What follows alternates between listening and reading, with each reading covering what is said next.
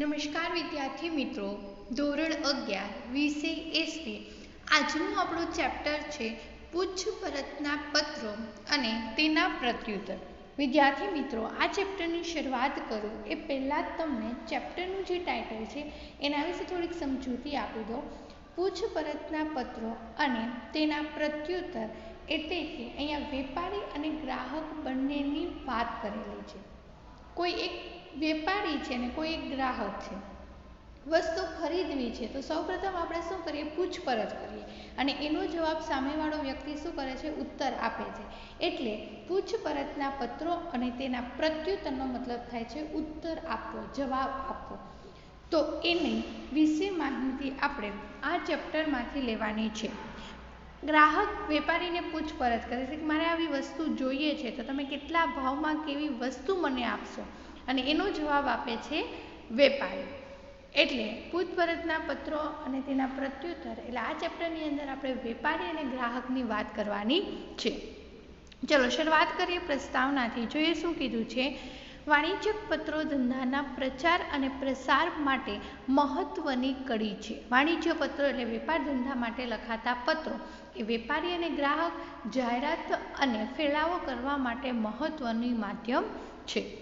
ધંધાની જુદી જુદી જરૂરિયાત પ્રમાણે વાણિજ્યક પત્રોના જુદા જુદા પ્રકારોનો ઉપયોગ કરવામાં આવે છે. જેવો તમારો ધંધો એ પ્રમાણે આપણે વાણિજ્ય પત્રોનો ઉપયોગ કરીએ છીએ. આ પ્રકરણમાં આપણે પૂછપરછના પત્રો અને તેના પ્રત્યુત્તર અંગેની સમજૂતી મેળવશું. આ પ્રકારના પત્રો લખવા માટે ધ્યાનમાં રાખવાની બાબતો અને તેના નમૂનાના પત્રોનો અભ્યાસ કરશું. એટલે કે આવા પ્રકારના જ્યારે પત્રો લખવાના હોય ત્યારે તમારે કેટલી બાબતની ધ્યાનમાં રાખવાની, અને એના આપણે નમૂના આપેલા છે, એટલે કે ઉદાહરણ આપેલા છે. આ બંનેનો આપણે આ ચેપ્ટરની અંદર અભ્યાસ કરવાનો છે. આગળ, વ્યાપાર જગતમાં યોગ્ય સ્થાન મેળવવા અને સતત પ્રગતિશીલ રહેવા માટે પૂછપરછ કરવી અને વિવિધ સ્ત્રોત દ્વારા જરૂરી અને અદ્યતન બાબતોથી સુમાહિતગાર રહેવું ખૂબ જ જરૂરી છે. સ્વાભાવિક જ છે કે વ્યાપાર જગતમાં યોગ્ય સ્થાન મેળવવા, અત્યારે શું છે, એક તો ફૂલ કોમ્પિટિશન ચાલે, એટલે દરેક પ્રકારના ધંધાને પોતાનું માર્કેટિંગની અંદર ટકી રહેવા માટે અમુક સમયે પૂછપરછ કરવી જરૂરી છે કે ગ્રાહક શું ઈચ્છે છે, કેવી વસ્તુઓ જોઈએ છે. ગ્રાહકની ઈચ્છાને ધ્યાનમાં રાખી અને વેપાર ધંધો કરવો જરૂરી છે. પૂછપરછ ઔપચારિક બાબતો, અનૌપચારિક બાબતો, આર્થિક દરજ્જા અંગે અને અન્ય માહિતી તથા અભિપ્રાય મેળવવા માટે કરી શકાય છે. કોઈ પણ રીતના તમે પૂછપરછ કરી શકો છો.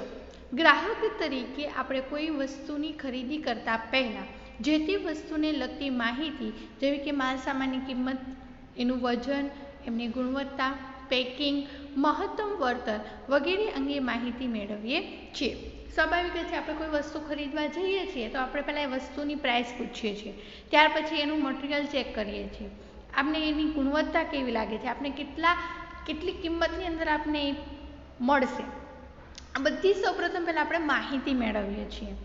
આ ઉપરાંત તેની ગેરંટી વોરંટી છે કે નહીં એ પણ ચેક કરીએ છીએ, અને હપ્તાવાર નાણાંની ચૂકવણીની સગવડ મળે છે કે કેમ તેની માહિતી મેળવીને ત્યારબાદ યોગ્ય નિર્ણય લઈએ છીએ. ટૂંકમાં બધી જ માહિતી મેળવી અને પછી આપણે નિર્ણય લઈએ છીએ કે મારે વસ્તુ ખરીદવી કે ન ખરીદવી.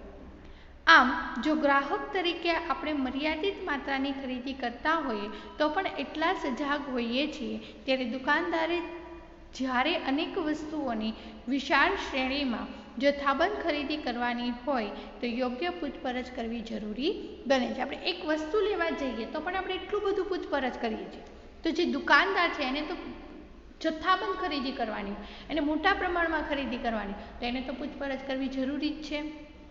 આ પ્રકારની પૂછપરછ અંગેના પત્રો બાબતે હવે આપણે વિગતે અભ્યાસ કરશું. એટલે કે પૂછપરછ કોને કહેવાય, એને ધ્યાનમાં રાખવાની બાબતો અને એના જે ઉદાહરણ છે એનો આપણે અભ્યાસ કરવાનો રહેશે.